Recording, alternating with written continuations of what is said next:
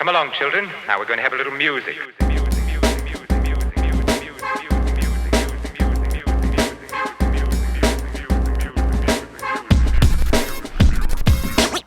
Yo, what's good, guys? Welcome back to First Cut. This is our spoiler review of The Flash. We're going to start off doing non-spoiler first, so don't run away yet.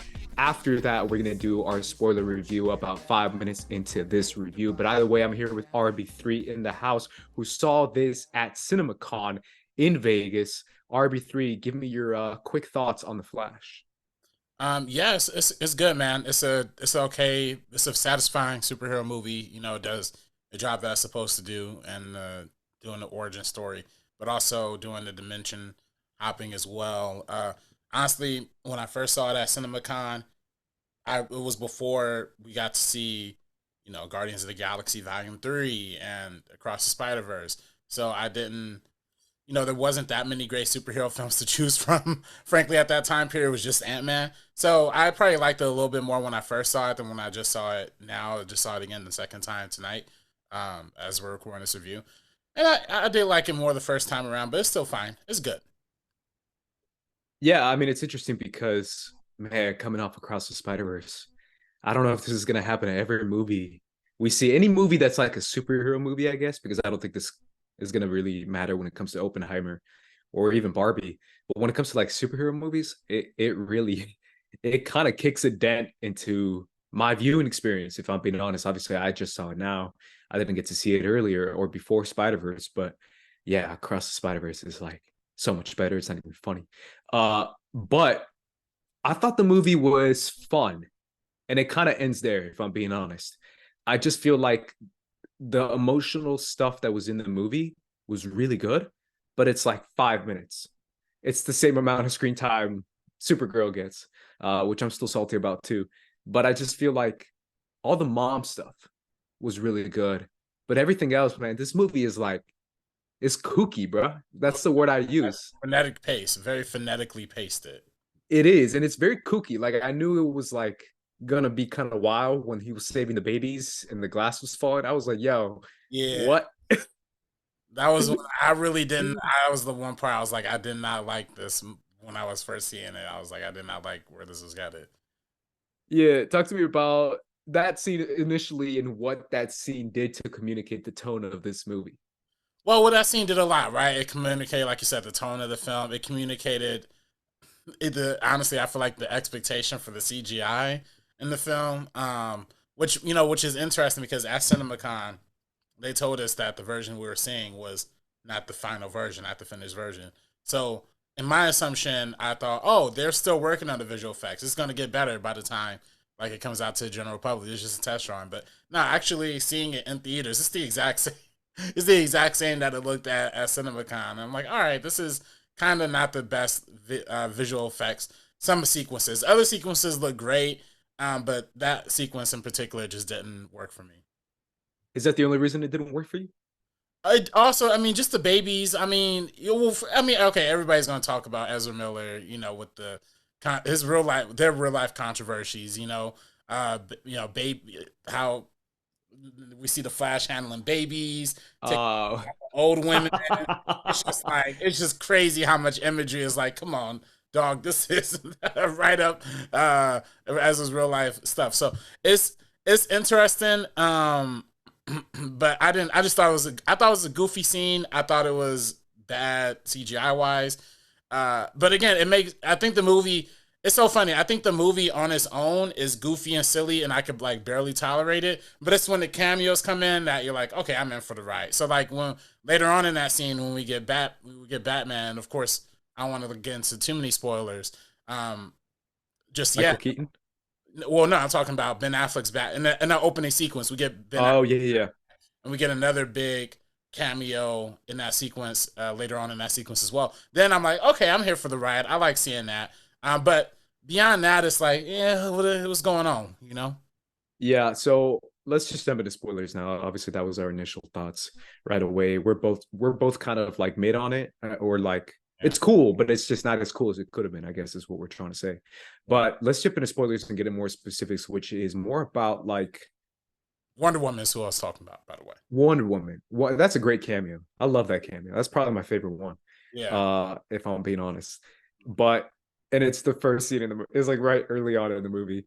Right. I think for me, I was just taken aback by, like you said, I used kooky, you said goofy, same thing. It's just so goofy to the point that I'm just like, yo, like I'm not even a dark and gritty guy, but at the same time, it's like, all right, give me like one scene where 2 minutes pass and there's not a joke that interrupts every scene. And at first, it's kind of fun where you're just like, all right, this is super fast, kinetic, funny jokes every 5 seconds. I'm not minding it too bad. But then when we meet Second Barry, and Second Barry is funny as fuck, but at the same time, it's like, yo, this is too much, man. He's such an idiot to the point I'm just like, what's that movie?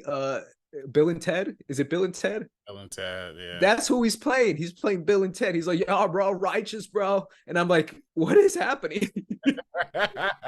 Why is he so specifically stupid? Why is everyone so stupid in this universe besides his parents? And Michael Keaton. Even Michael Keaton was kind of goofy. But at the same time, I was just like, all right, this is going to take me a minute to adjust. I don't know. What'd you think of Ezra 2 or Barry 2? Yeah, Barry 2 was funny. I definitely thought it was an interesting balance. I was just 2 years younger. It's always funny when you meet somebody who, or just when you look back at who you were 10 years previously, you're like, oh, I was a goofy idiot. Like, I was definitely like a moron. So it definitely plays into that really well. It's so fun. I mean, listen, my ego, you know what I mean? I hate to say it, but man, this movie has such a similar plot to Timestamp. I'm like kind of squealing in my seat, like it's like the older person interacting with the younger person. It's also the same time travel logic that we used in Timestamp. The idea that like there's just reoccurring events. It's like what all these movies are using nowadays, like the Spider-Verse. It's like the certain events that you can't just overcome. It's like time is like a river. You know, you throw the rock into the puddle, it's still gonna keep the same waves going. So it's like they play into that too. But I thought, you know, having that dual performances can get tricky and can get weird, and they rode that line very, very close because they were very similar characterization wise. Like they did almost kind of have like the same kind of tone. Almost at some points, even on my second watch, I was like, wait, who's who again for like a quick second? But they do also have enough distinct characteristics to make it fun and dynamic too. Yeah, I mean, overall, I think they did a good job when it comes to Ezra, when it comes to those two characters. Overall, I think in the grand scheme of things, I can't lie. At first, I was just like, it's kind of okay. But overall, in the grand scheme of things, they delivered two good performances, in my opinion. But at the same time, I don't think it's necessarily the performance that was taking me aback. I think it was the direction where everything was just so elevated and over the top to the point that I was just like, this is it's becoming kind of a spoof type comedy. Which again, I didn't really mind until it reached the end of the movie and we're still in that tone, besides maybe 3-4 scenes. And I was like, all right, y'all got to make me feel something. And they did, but then they were like cut short. But it's tough when you're playing Crush from Finding Nemo. You know Crush? Right. Hey, bro. That's what he is. He's like, yeah, totally. Yeah. This is crazy. And I'm just like, whoa, what is happening? You know what's funny? You know what's so funny about that too? You mentioned Crush, which is like a great example. But with a lot of these side characters, you have to like really play a balance with how you incorporate it. And the movie was originally, they had a multitude of directors, right? Rick Famuyiwa, a lot of other people, right. Seth Gordon Green at some point, or Seth Green, I should say. There had a lot of different directors. So the movie went through a lot of iterations. I remember at one point they were even talking about having Robert Zemeckis come in and direct this film, and you could kind of see the Robert Zemeckis isms, like the Back to the Future, like you said, corniness, over the top goofiness. But I think the key difference is from those old Zemeckis movies, and this film is that, yeah, you're right, it will go goofy and zany and over the top, but it will also give you like a few more seconds of that emotional core to get you locked in, like Forrest Gump, for example, or like, you know, those certain scenes in Back to the Future, like you really live in the before you even get to the point where Marty McFly is time traveling, you spend a lot of time with that family. So when that emotional arc starts to hit more, it resonates a lot harder. This film just moves so fast and so phonetically. You just didn't really have that same amount of time with these characters. Yeah, I definitely feel like that's spot on for sure. And when it comes to the, because as a DC, like a super DC fan that I am, how familiar are you with the character of the Flash? I don't know if you're. Well, yeah, so that's what's funny. I mean, I haven't read a lot of the Flash comic books, but I've watched the first like 2 or 3 seasons of the Flash show. Okay. And this is the exact same story that they go into on the Flash TV show too. So it's like already kind It's of the same in the comics too. yeah. So I guess it is a familiar Flash storyline, but Yeah, so I feel like that's part of it too. Is if you know the Flash character, you know that he's a time traveler, and you know that his mom dies as a kid. He tries to stop it. Crap happens. If you've seen Flashpoint or if you've read Flashpoint, that's essentially what happens in the comic as well. But instead, there's a different character entirely who's like another time traveler. We did not see that character in this movie, even though they kind of replaced him at the very end with another version of the Flash, which is what I thought they were going to do anyway. But that's essentially what it is. It's basically he tries to stop his death of his mom. He does. The world goes to crap. But that's kind of essentially the core of his character. The only problem I had is that when it comes to, I can follow really, you and I both can follow. This is sci-fi, time travel. This is what we do. We can follow the logic they have, but at the same time, by the end of the film, there's this kind of like everything you just experienced was in vain. And that kind of rubbed me the wrong way, if I'm being real, because I like the idea of like, yes, this timeline has to do its own thing and we can't change it. We just have to get out of it. And I wouldn't mind him dying in that timeline either. I think that's fine. But I feel like the idea of like, oh, this timeline is screwed, like deuces. I just thought that was a little too egregious, where it's like, can we still try and save the timeline in a different manner? Like you just destroyed the entire timeline. I don't know. That just kind of rubbed me the wrong way. I don't know what you thought of the idea of like everything we just watched. Oh, well. Right.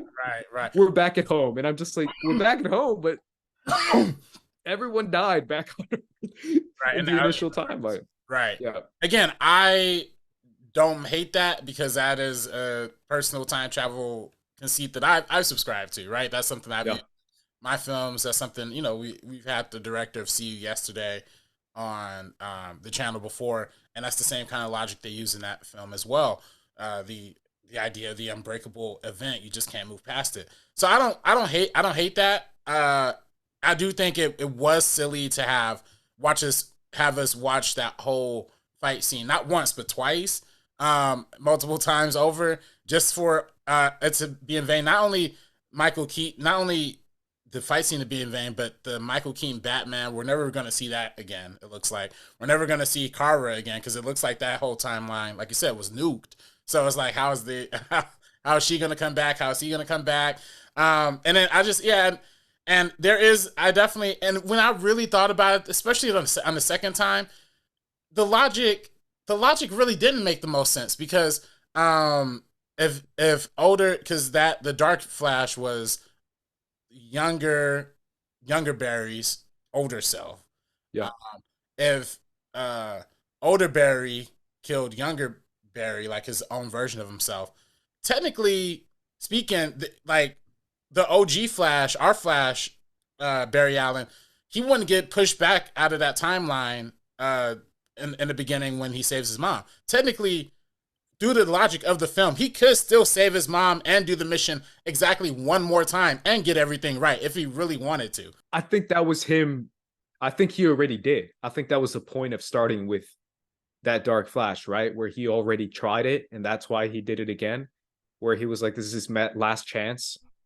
That's how I took it. Yeah, he took the last chance to not save his mom, but he could have taken that last chance instead of reversing the tomato cans. He could have took that last chance for one more fight or one more something. Yeah, I just feel like, again, if we're doing this whole logic thing, we can. Right. Where if he created that version of himself, he's still, let's say 200 years in the future or whatever, 100 years in the future, he could probably age slower.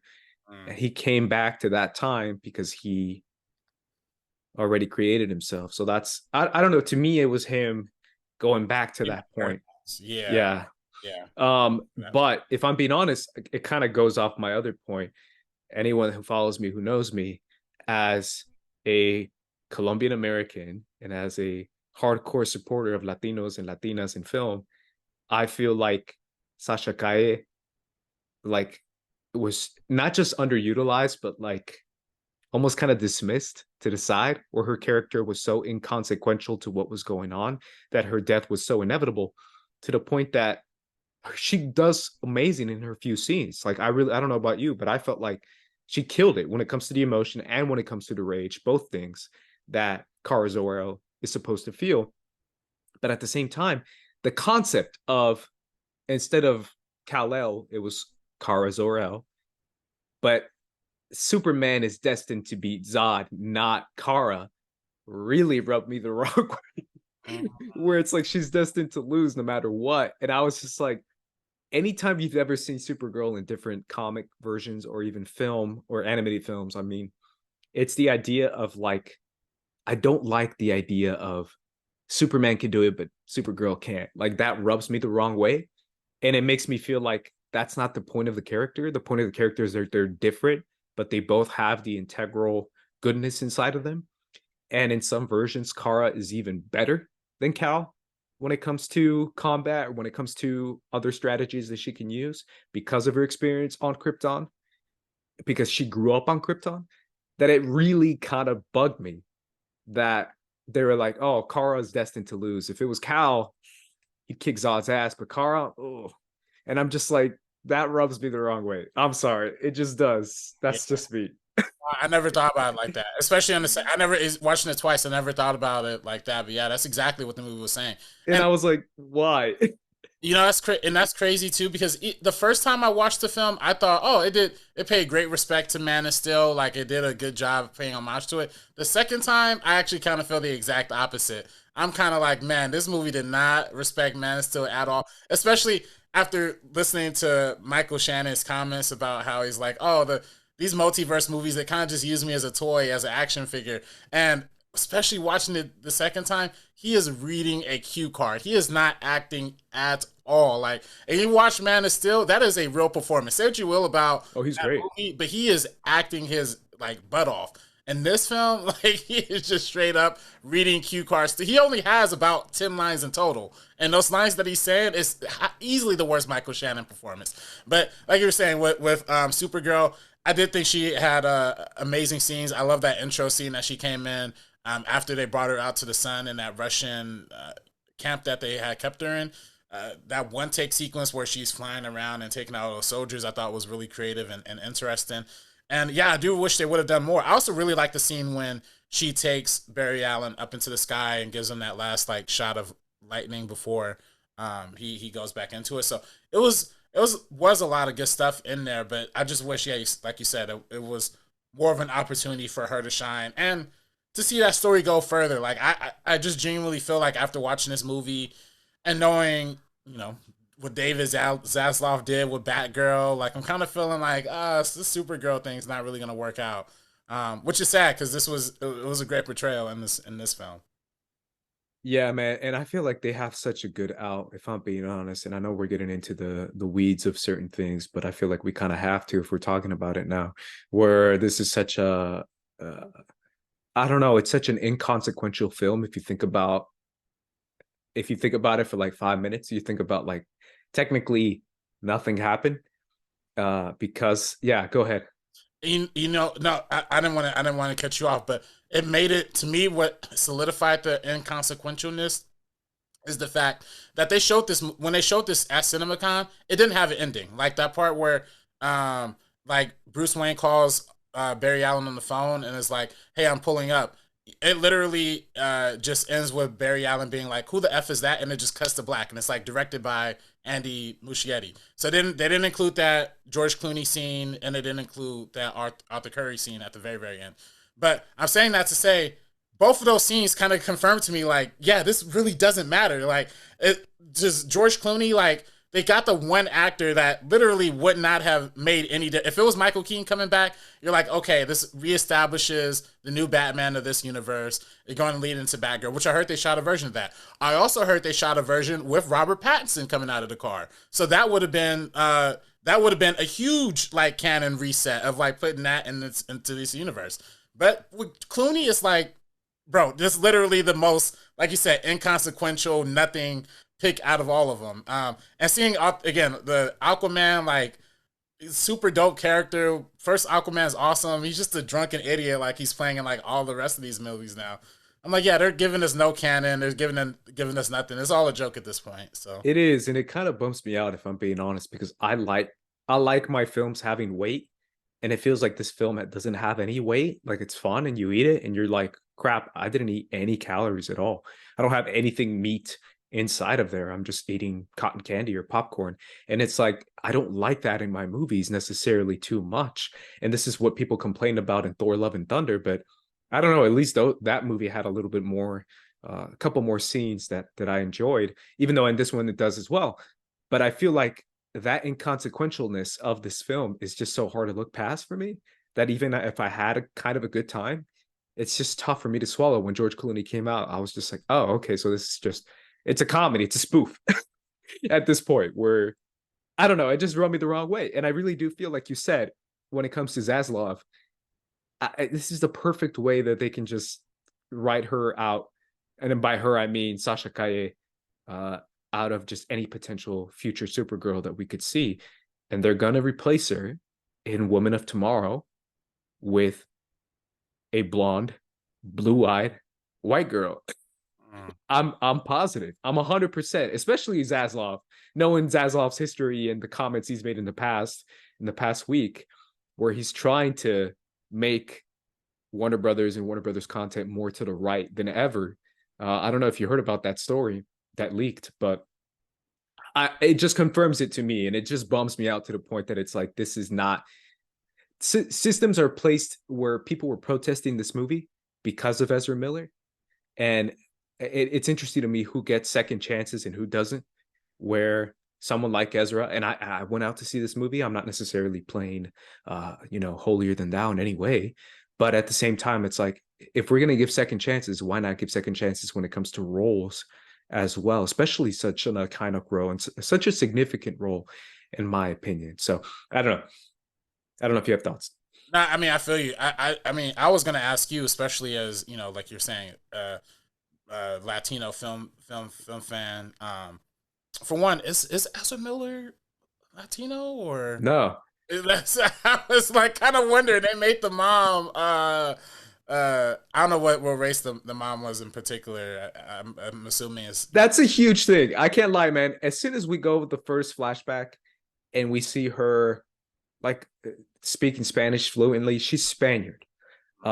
First off, I want to clarify that. So it like, yeah, it 100% confirms that Barry Allen is half Spanish then, which means that his culture, her culture, and her history is now his culture and his history. It's happened before. It's happened obviously in fictional universes when it comes to Dune.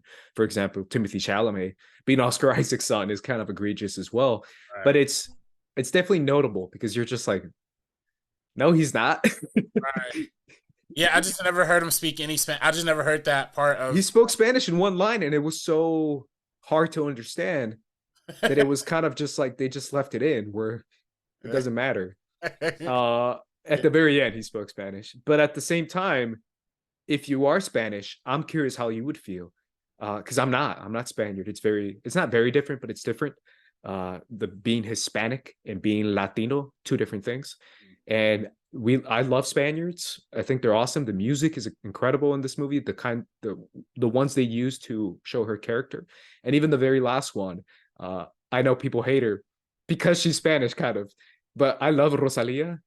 And when she popped up, I was just like, oh man, I love Rosalia. Like, she can make me cry with her voice, and I was like, I'm not gonna cry because I don't feel that much, but it low-key could make me cry. But yeah, that was it was a choice, and I feel like that's a choice that Andy made on purpose, because of his idea of the emotion you can display with Spanish, even if it's just a few scenes, or an actress that he can get that's Spanish, and she can display that kind of emotion that's specific to Andres Muschietti.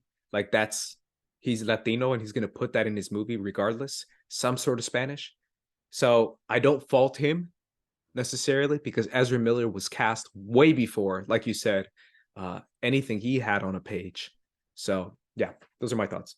Nah, I feel that. I feel that. Yeah, I was just curious because I didn't know if Ezra Miller was like actually Hispanic or Latino. I'm like, oh, this kind of came out of nowhere for me. But I mean, I definitely put Andy Muschietti putting his stamp on it. I definitely understand, and I think he did put a signature stamp on the genre. I will say, even visually, I know a lot of people were poo pooing like the way the clear blue sky look that final fight was looking.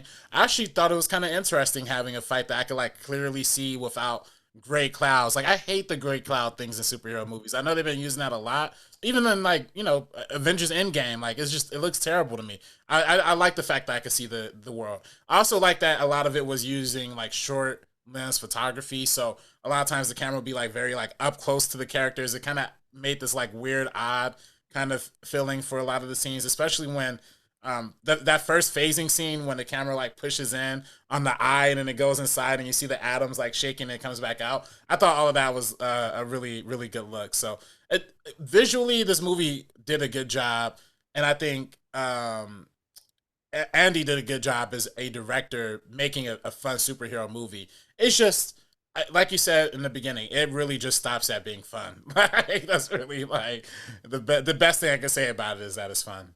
And that's the thing about Flash too, is because his character is so fun and his powers are so fun. Like think about super speed has always been something as a kid you've always wanted to do. Phasing for me is like my favorite Flash power. I love phasing and the idea of phasing. I think it's awesome. So his character is ripe for those kind of moments, and those moments are awesome. I kind of want to get to that, the positive. What is your favorite moment or a couple of your favorite moments, whether it's a joke or a scene or just a singular moment that really stood out for you?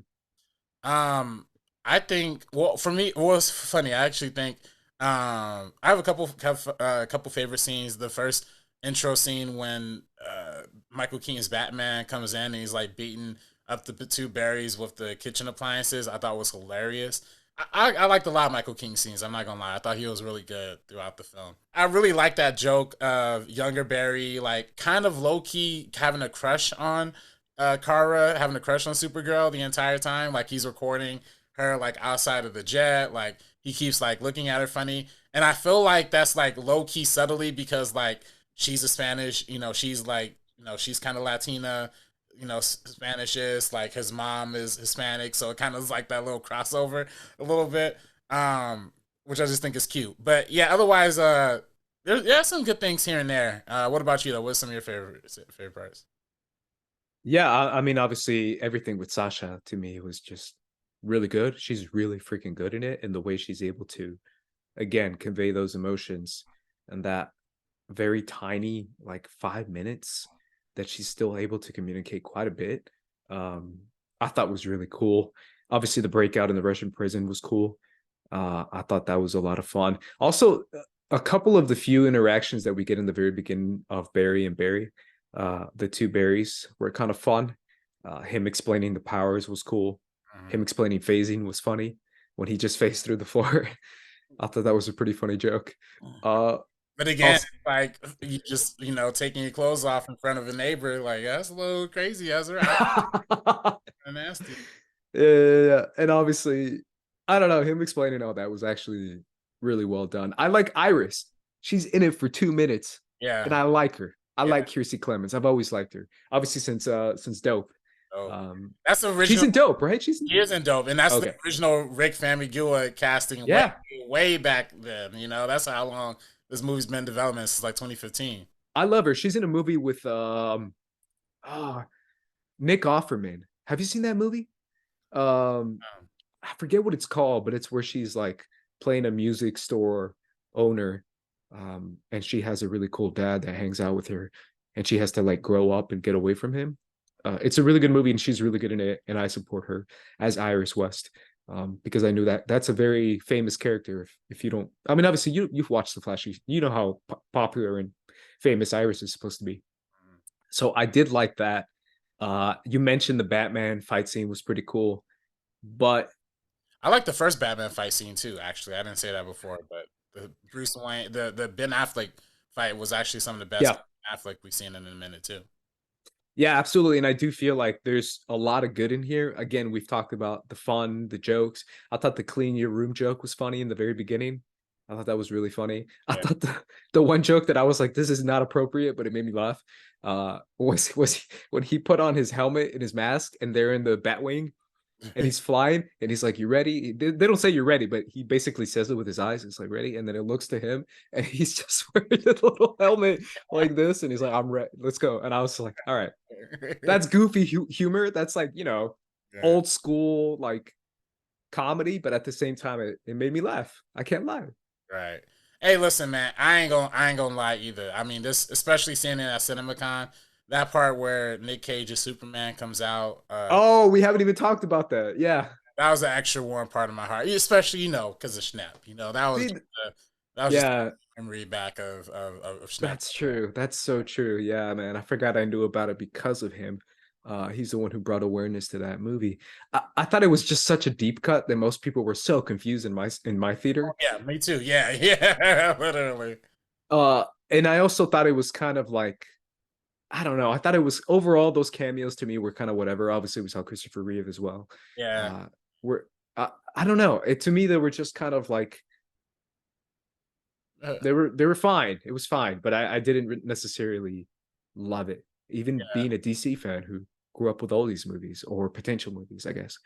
So yeah. yeah, I feel that. I when it was just Christopher Reeve, I didn't think it was bad. When they showed the old '90s, Supergirl, for some reason that CGI was bad. I'm like, yo, why is she look bad? She's still alive. And then and then there was that quick flash of Adam West's Batman too. yeah, And I did it was really just the Nick Cage part that got me excited. And it's so funny because like you said, like in the normal theater when I watched it with normal people, nobody got it. Everybody's just like, oh, Nick Cage, oh, how cool. But in the cinema crowd audience, that crowd exploded. Like people were like, yeah, let's go. Like because it is one of those like if you know kind of deep cuts. it is. Yeah, I hope people get to again. I hope people Google like hot Nick Cage Superman. I hope they Google it, and I hope people stumble across Schnepp's documentary. I still got that Yeah, on Blu-ray. It's a fantastic doc. So, the death of Superman lives. What happened? yeah. The death of Superman. That's right. I remember. What's her name? Holly. Oh, is it Holly? Yeah, Yeah, his wife. Yeah, yeah, yeah. not Holly. I'm so sorry. The girl who used to say the line every time. Oh, Sinead or Ashley. Like Not Sinead or Ashley. It was the other girl. Uh, that's Rosalie? Is it Rosalie? Something like that's that. going way back, bro. That's Yeah, I am. But still, I can't say that movie title without right. without her, where she Death was of a Superman lives. What happened? Yeah. yeah, her. But yeah, for me it was fun, man. I just wish that there was a little bit more. Shout out to Feora. I forgot. Feora is iconic, bro. Just her in Man of Steel, she's a legend. Oh yeah. And she was able to catch some bodies in this one, which I thought was kind of cool. That's the best Kryptonian female representation we got in this movie. And then yeah, I felt like if they were gonna cut her that short, they should at least make the fight epic. And it was epic for like 2 seconds, and then it wasn't. And I was like, dude, you have Kryptonian on Kryptonian. Come on, give me a little more. Give me like, I don't know. It just kind of bugged me that it was just her losing over and over again. And like it was inevitable. I don't know. That rubbed me the wrong way. I don't mind that concept. I just mind that it's her. But yeah, that's just me. And yeah, it was I didn't like I definitely wish they could have gave her more, and it really broke my heart, especially on the second watching Michael Shannon just sit there and just like read those lines. You could His just face half covered too. yeah, his face, and you can see through his half covered CGI face that he's just dying on the inside. Like he does not want to be there. I've never seen like I've seen a lot of movies where actors are kind of checked out, but I've never really seen it like to this level. Y'all go back and rewatch this movie. He is out of it completely. It's kind of hysterical. Last thing I want to get to before we get to the future is the future. Sorry, I kind of got lost my train of thought. But the idea when he first gets his powers and he explains it, I thought it was gonna go Final Destination. in that scene. Did you notice that? When Oh, everything I was like, is Barry gonna kill like 20 people and it's gonna be so dark but played for laughs? And I was like, this is gonna be because Andy can get dark, and I was like, dark in a funny way. Um, did you think that, or was I the only one? I was like, yo, is this Final Destination shit going on? no, literally, yeah. That's why. I mean, I was like, yo, how bad is this gonna go? Thankfully, it looked like nobody died in that. No one got hurt. Yeah. Yeah, in that situation, which is fun. But even the terraforming, they kind of played that for like kind of Yeah. like to It's some. like a lot of people dying, man. Yeah, and they just have like Barry saving some kid, and I'm like, oh, come on now, like it was cute, but it's like even the way, and again, it's the difference between Zack Snyder doing it versus Andy Muschietti when they went back to it in Batman versus Superman. You kind of felt that intensity when Ben Affleck's Bruce Wayne was like out there in the streets. With this one, it was just like again, it's a flashback. Who really cares? But to me, those kind of things matter. Like they should have made that hyped up that intensity just a little bit more. But let's get to the future, which is Andres Muschietti coming in for Brave and the Bold, Batman. James Gunn confirmed that. How do you feel about him doing the new Batman movie? Yeah, this. So you already know how. I mean, we talked about this a little bit before. I'm not like. You don't like Damian, right? Is that what it is, or you don't like Batman and Robin? I just don't like the idea of Batman and Robin in live action. I just think that's kind of a little goofy, a little silly. And especially when we already have a dark and gritty, serious Batman on with Robert Pattinson. I just really wish they'll just commit to one thing. Like, I just wish let's space it out. Like, let one Batman roll with our Pats.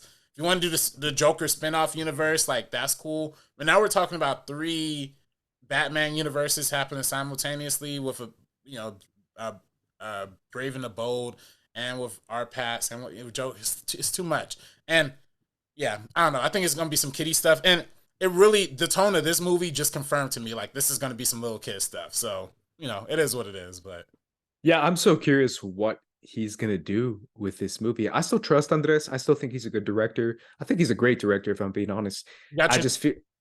What's up? You got your name, so yeah, he got my name. But I feel like it's also like I think he really tried to make a goofy, funny, comedic romp with this movie, and I was kind of expecting something a little bit more substantial than that, and I think he killed it making that. It was actually funny. I heard someone say it wasn't that funny when they tried to be, but I thought it was pretty funny.